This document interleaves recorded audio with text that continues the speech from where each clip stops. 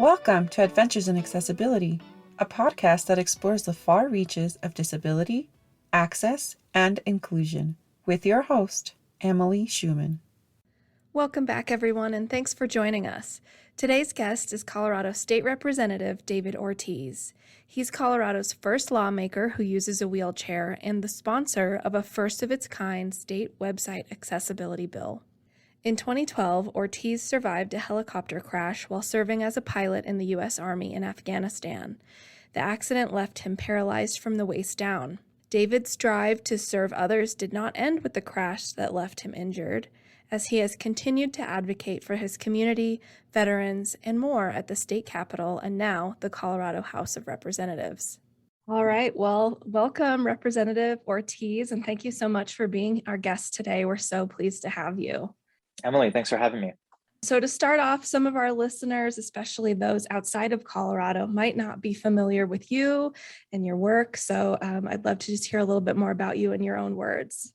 Yeah, absolutely. The short story is I'm first generation American on my mom's side. She migrated from Mexico when she was 15 years old. I'm third generation service member on my dad's side. Grandfather was infantry in World War II. Dad was pilot in the Air Force, and I flew helicopters for the Army. Became a part of this tribe in my service in Afghanistan. I survived a catastrophic crash. That's what left me paralyzed from the waist down. Went for initial rehab at the VA in San Antonio, which was underfunded and pathetically understaffed. Even the main care physician was like, you need to get yourself somewhere else. So I came to Craig Hospital in Colorado. That was a game changer for me. That changed my life, helped me regain my independence and make the most out of my life. The adaptive sports programs in Colorado are amazing. I will argue that it is the mecca of adaptive sports in the entire United States. I'll fight anybody on that. And just stuck around and started advocating and lobbying for veterans and those living with a disability, and eventually got recruited to run for office. And so I have this addiction towards service. And when I'm asked to serve, it's hard for me to say no, even though I tried 5 different times. So here I am. That's great. You went through a whole lot of history there in just a short amount of time. So I'd love to dig a little bit more into your disability status. You went from being a veteran to acquiring a disability and being a wheelchair user. So, what was it like adjusting to that new identity of being a person with a disability from being a veteran? It was really hard. I mean, you go from being a active duty service member, combat aviator that's running 5-minute miles to then barely being able to sit up in bed under your own power. And honestly, because some of it's wrapped up in culture, just the Latino culture, my family being from Mexico, Mexico's not very accessible, just being honest. You come to this injury with a lot of ableism. There's no other way to put it. I remember looking at that wheelchair and despising everything about it and just really not knowing what the quality of life was going to look like. And that's because I feel like our culture and our society inputs that ableism in you to where you think just because you live with a disability that you're not going to have a good life. So really, just to wrap that up, I mean, I came to this injury with a lot of ableism, and through mentors and amazing places like Craig Hospitals or adaptive sports programs, I really found out what there was out there and kind of was able to break free and really embrace becoming a part of this tribe and embracing that side of me. That's interesting that you mentioned that cultural perspective on disability. That's actually not the first time we've heard that on this podcast. So yeah, I think that really does have a lot to do with how you handle and how, like you said, how you first adapt to becoming a person with a disability. So now that you've had your disability and been a wheelchair user for, I think, nearly 10 years, how does it affect you on a day-to-day basis? And what are some of the access challenges that you experience? I mean, it impacts me the same way it impacts most people living with a disability. I mean, you live in a world that is not designed for you, whether you're talking about basic access to websites. So I'm speaking to our print disabled brothers and sisters. That was an issue, especially during a time of COVID, or whether it's building access. I mean, as a lobbyist for veterans at the state capitol, they do have a lift to get into the lobby, but it wasn't working every time. So I would manually have to climb the stairs to the chagrin and filling full of fear, the sergeant at arms, when they would see a wheelchair user climbing stairs. But long story short, when you encounter that every day, it really mitigates and limits the opportunities you have available to you, whether it's access to healthcare or access to good information around pop-up clinics or what you should be doing, vaccination clinics in a time of COVID, or job opportunities, or even education opportunities. I mean, really, it encompasses everything. I could really spend the whole time of this show talking about how it's impacted my view on how inaccessible life can be for anybody living with a disability, not to mention family members that advocate for those living with IDDs, developmental and intellectual disabilities. I mean, we did a listening tour within the Democratic Latino Caucus, and I was really humbled by the fact that there were parents that stood up and said, hey, my kids are autistic. And not only do we feel like an afterthought and a check the block when it comes to educating our kids, but also I don't speak the language. And so I can't really advocate for what my child needs, on top of the fact that they already have to live with the disability. So, once you live this way, you realize real quick that the world is not made for you and how that can impact your educational, economic, and healthcare opportunities. Well, you have the distinction of being the first elected wheelchair user in the Colorado State Legislature, which puts you in a great position to fight for and demand access. Can you tell us what led to your decision to get involved in politics and run for office? So the short version of what got me involved in politics started with the aftermath of Hurricane Katrina. So my first job after graduating college was the Spanish-speaking case manager for Catholic Charities in the Archdiocese of Galveston, Houston, resettling evacuees after Katrina. And I really saw the impacts of systemic failures and systemic racism and the impacts that it had on supporting these clients trying to recover from an event. We're talking about our own countrymen and women, right? That are having such a hard time recovering from a hurricane. And so I realized real quick that is, if you really want to make change, you have to get involved in policy. It's great to do the case management and it's great to do that work, but you have to try and change the system so that it facilitates the work and puts humans first. Imagine that. As far as how I got involved in advocating here in Colorado, after my injury, as I said, I came to Craig Hospital and did my recovery here, was medically retired here. And my old battalion commander for the Warrior Transition Battalion was like, hey, you've got a big mouth and you're pretty outgoing. Why don't you join this lobby group that advocates and lobbies for veterans? So I did. I joined up as an intern with them in 15 and 16, was lead lobbyist in 17, and did consulting in 18. And in doing that work during a legislative mental health forum, State Senator Brittany Pedersen from Lakewood happened to be at the event, and she saw the amount of people. We brought 50 to 70 veteran and non-veteran leaders there, as well as federal and state electeds and offices there. And she was like, hey, have you ever considered running? And at the time I was like, no, I really enjoy the work I'm doing for veterans. She was like, we need someone like you. Talk to the important people in your life and the community in my life. And if you know anything about her, she doesn't take no for an answer, because I must have told her no 5 different times. But the community, was really impressed, not just by my military service, but by the breadth of service I had. The fact that, I live life with a disability and have to fight and advocate all the time, not just for myself, but for others. And they were like, you live everyday life needing to make sure you have access to healthcare, and access is more difficult for you. We need someone like you that can navigate that. So that's kind of what led me into eventually saying yes. And it was a red seat in a purple district, ran a tough primary, won in a landslide victory in the primary, and then won what is considered a landslide by 7,000 votes almost. And then a purple seat in a red seat in a purple district. It was truly incredible. And that spoke to the community. It spoke to how my story and service resonated with the community, but to my team. A cornerstone of my service is the expression, I am because we are because I am, or I am, we are for short. And it really calls to mind the impact the individual can have on the community and how they can shape the community, but also how the community can shape and impact the individual. And it resonated with from my campaign team to my volunteers to the voters. And I got to give a shout out to my team of interns whose average age was 17. A lot of these young adults weren't even old enough to vote. And they made over 130,000 phone calls. Let me say that again, 130,000 phone calls. That's incredible. And that's tier one. Yeah, that's tier one congressional numbers. So if anybody, for those of you out there listening that can't vote yet, for anybody that tells you that you can't have an impact, y'all made the difference in this race for sure. Wow. I love that. Well, one of your claims to fame here in Colorado is that you sponsored House Bill 21-1110, which is an online accessibility bill that mandates that state and local governments have fully accessible websites by 2024. And we see it as a really remarkable first of its kind state law. So I'd love to hear more from you about the impetus behind the bill, and what do you want people to know about it? Yeah, so this was a bill that was brought forward by advocates in the community, whether we're talking about the National Federation of the Blind, CCDC, and others. And what the bill does is it makes Title II of the Americans with Disability Act, the part that deals with accessibility for government buildings, services, etc., and it makes it state law. We all know how difficult it can be to fight for access, to meet that bar for the federal courts. So this makes it easier and more accessible for us to fight for access. Built into that was specifically the web accessibility part. There was some work that was happening during the Obama administration on trying to make this federally happen. Obviously, it got chucked during the Trump administration. And I know that the Biden administration had been talking about this again.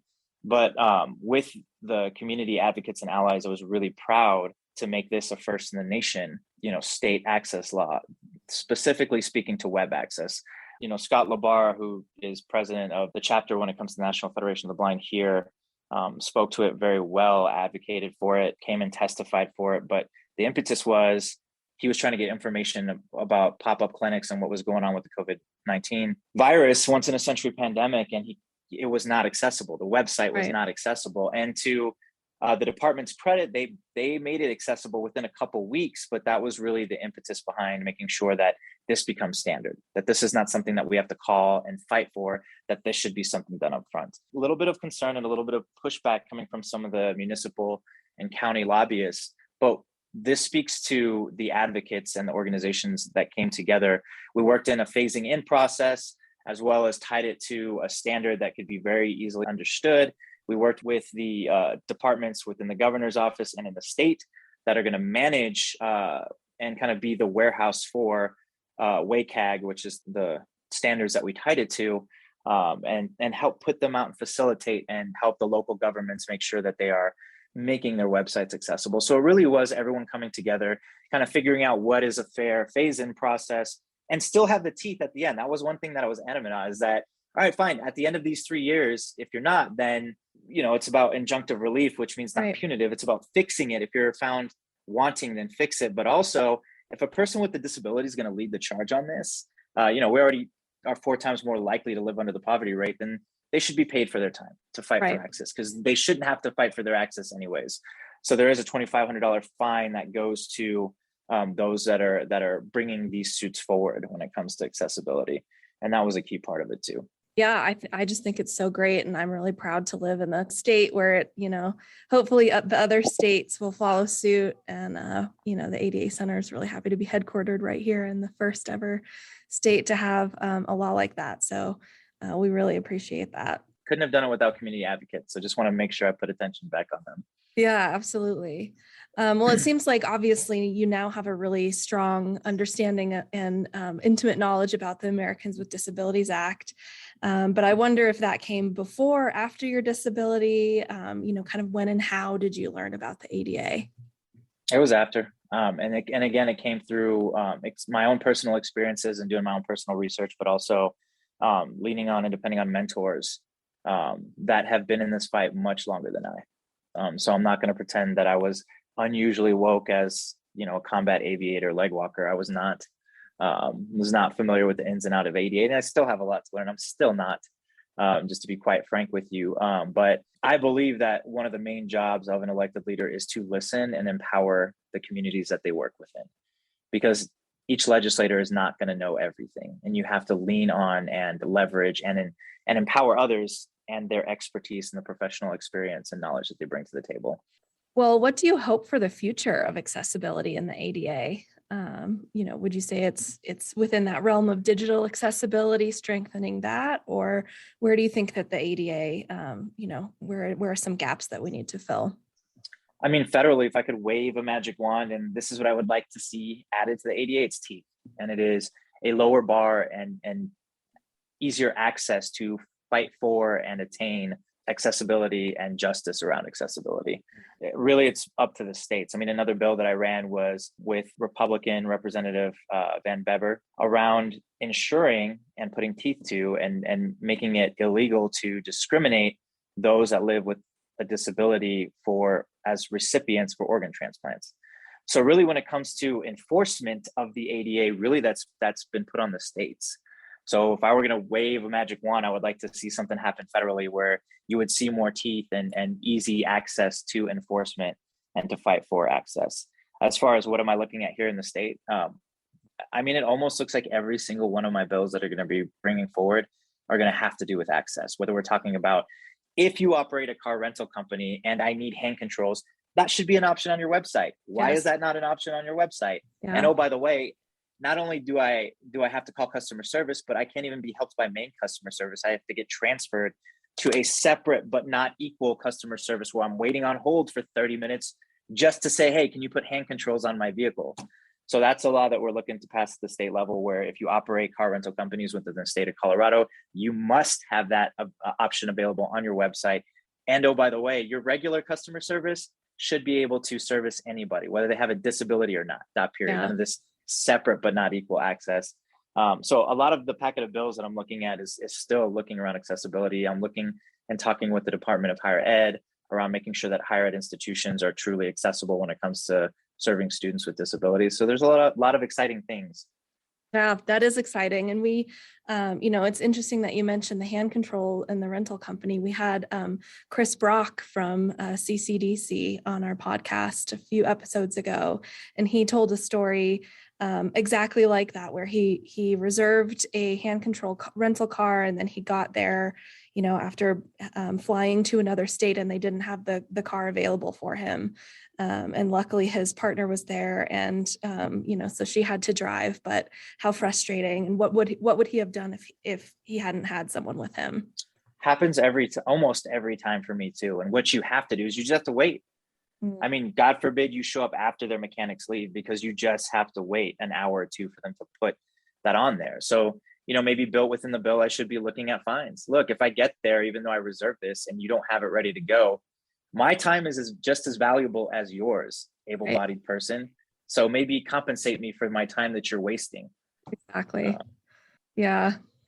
Well, I love that. I love that you are going to be doing so much more work in, the accessibility space and making those types of laws here in Colorado. Why do you think it's important for people with disabilities to hold elected offices or other positions of leadership? I mean, this really goes back to the heart of a cliche, which it is cliche, but it is so true, in that representation matters. Yeah. Because even within my own party, I mean, and they want to be strong allies, and they want to be woke, and they want to make sure they're serving the community living with a disability. And we do have champions within my caucus that have carried disability rights bill before, but it is no coincidence that in my first year, it was a banner year for disability rights within the Colorado legislature. And that's because representation does matter. Yeah. And I can't tell you how many of my peers say that just even seeing you there, and the things that you have to put up with, and the things that you deal with, hearing your questions around some of our other bills, things that we might not even consider. So if we're talking about grant funding for affordable attainable housing, are you going to make sure those websites are accessible? Are you going to make sure that it's going to go to funding affordable attainable options that are accessible themselves? And these are questions that unless you really live this way, you might not think to ask. And so this goes back to the fact that representation truly does matter. Absolutely. And it's so exciting to see this representation in action, like you said, and changing the perspectives of the lawmakers around you just by way of your presence. And like you said, your unique perspective. So, actually, given your life experience and your unique perspective, what would you say to listeners who are feeling defeated right now, either because of a personal struggle or because of current events or something else? I mean, I'm not going to tell people how to feel about the difficult times that they might be going through, or when they feel down, because of how inaccessible this world is. And that's the bottom line. It is. I see you and I understand how you feel. I feel that even still some days. I mean, I'll go into a personal story. Is since I ran for office, in the past 2 years, I've been in and out of the VA almost a dozen times for reoccurring infections, and they couldn't figure it out. And I requested to go see a specialist, and they denied me at first. Do you know what that does to you? You fought for your nation, and they can't figure it out, and you still have to advocate and fight for your care. So what I will say is, I see you, I understand, but I need you in the fight within your ability, within your motivation, within, whatever you have in your gas tank. We need you in the fight. We need you to be seen, whether it's via Zoom, attending certain meetings, even if it's something, as accessible or simple as that, or at the state capitol, we make testifying accessible through Zoom now. So even if it's showing up to testify on these accessibility rights bills, whether it's with and through CCDC or on your own as a voter and as a citizen, if you have a little bit more gas in the tank and are a little bit more motivated, get involved in your local and state and federal elections. Be seen at caucuses. Be seen at state conferences, regardless of what party you are. Be seen there advocating for yourself and your community. And for those that are feeling particularly froggy, I would say consider running for office. Look, the bottom line, like part of what allowed me to say yes to was seeing Denver City Council member Chris Hines, who also lives life in a wheelchair, run for office, and seeing him win, and seeing the renovations happening at Denver City Council, because they weren't ready for him. So when I saw that happening for him, I was like, if he's able to do it, I should be able to do it too. And so, that's my ask, because I see you. I'm not going to tell you how to feel, because it can be tough out there. But the way we make changes is by being involved and being seen in big or small ways, whatever you have the bandwidth for. That's powerful. Yeah. Is there anything else you'd like to share with our listeners before we wrap up today? Anything we didn't ask? Yeah, I think intersectionality is also like a powerful component of representation that is not being talked about enough. Mm-hmm. I mean, and that can really leverage and create more understanding where prejudices and biases might block that from happening. And here's an example. I'm not going to say who it was, but it was one of my first years interning for veterans. I show up in my wheelchair and there was a state senator that looked at me, and his first comment was, "What did you do to yourself?" That's the attitude that he approached me with. Wow. Because clearly, if we're living with a disability, we had to have done it to ourselves, So my response cheekishly was, I only served you and fought for this country. So sure, I guess this is what I did to myself in choosing to raise my right hand and swear an oath to the Constitution. And this individual also happened to be a veteran. So you never had seen a leg walker backpedal so quickly. And I use that intersectionality to my advantage when I can. I think it's garbage that all of a sudden, because I'm a veteran, you think I'm more worthy of understanding and empathy. But I do leverage that often, and including in passing that groundbreaking first in the nation disability rights bill. I remember towards the end in the closing, getting emotional, talking about the fact that I wasn't born into this tribe, but it's become a critical part of who I am and who I depend on.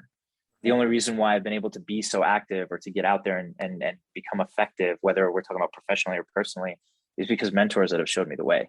So, this is a tribe that I've come to depend on, and anyone can be in this position. Any one individual or any person they love, whether it's a child that you might have that might be born with a disability, or a car accident that your brother or sister might have, or let's say you have a father and mother that's in the military. That's the nature of combat. They might come back with a disability. So, the more we fight for universal design and accessibility in our policy and in our legislation, the more just and better off our society will be in general. And plus, look, we all age. All right. If we're lucky, we all age and get older, and we're all going to face mobility issues. Right. I want to be and I say this to some people, don't you want to be able to go out in your 70s to a restaurant, or, to advocate and fight for things even when you're in your 70s? Like I do. Yeah. So if you have universal design and access in mind, you make it easier. So intersectionality is not to be overlooked. I use my veteran story a lot when it comes to advocating and fighting for disability rights. And, intersectionality could also be a disadvantage on the surface, meaning let's not overlook the fact that people of color that live with a disability have even a harder time accessing healthcare or a harder time accessing job opportunities. So that'll be the one thing I want to make sure that we talk about is intersectionality when it comes to people living with a disability. Yeah, thank you so much for bringing that up. I totally agree. It's something that we really need to talk more about in disability spaces, is that intersectional perspective and how that affects people. And I love that you mentioned about, disability being, the only minority group that any one of us can join at any time. And I think you're exactly right. That's why we should all care so much more than, society seems to care about access. Because if it doesn't apply to you today, it's going to, likely apply to you or a loved one at some point in the future. Amen. So, yeah. Thank you so much for your service to the country as well. I'm sure you hear that all the time, but we do want to offer you a heartfelt thank you for that. And thank you for this conversation and for being with us today. Last question, where can our listeners go to get in touch with you, to learn more about you and the work you're doing?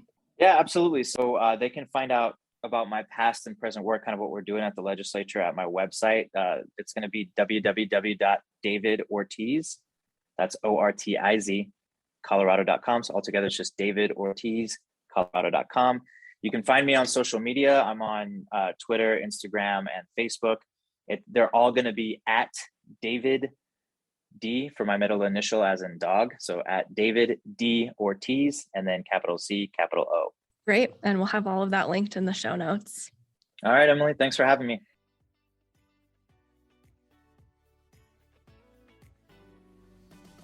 Thank you for listening to this week's episode of Adventures in Accessibility. Tune in next time for another dive into the unknown. Adventures in Accessibility is hosted and produced by Emily Schumann, and our sound engineer is Jessica Lucania. This podcast is a project of the Rocky Mountain ADA Center and is funded under a grant from the National Institute on Disability, Independent Living, and Rehabilitation Research. Grant number 90DP0094-01-00. This production is intended solely for entertainment and informal guidance and should not be considered legal advice. The opinions expressed by guests are not necessarily held or endorsed by the Rocky Mountain ADA Center.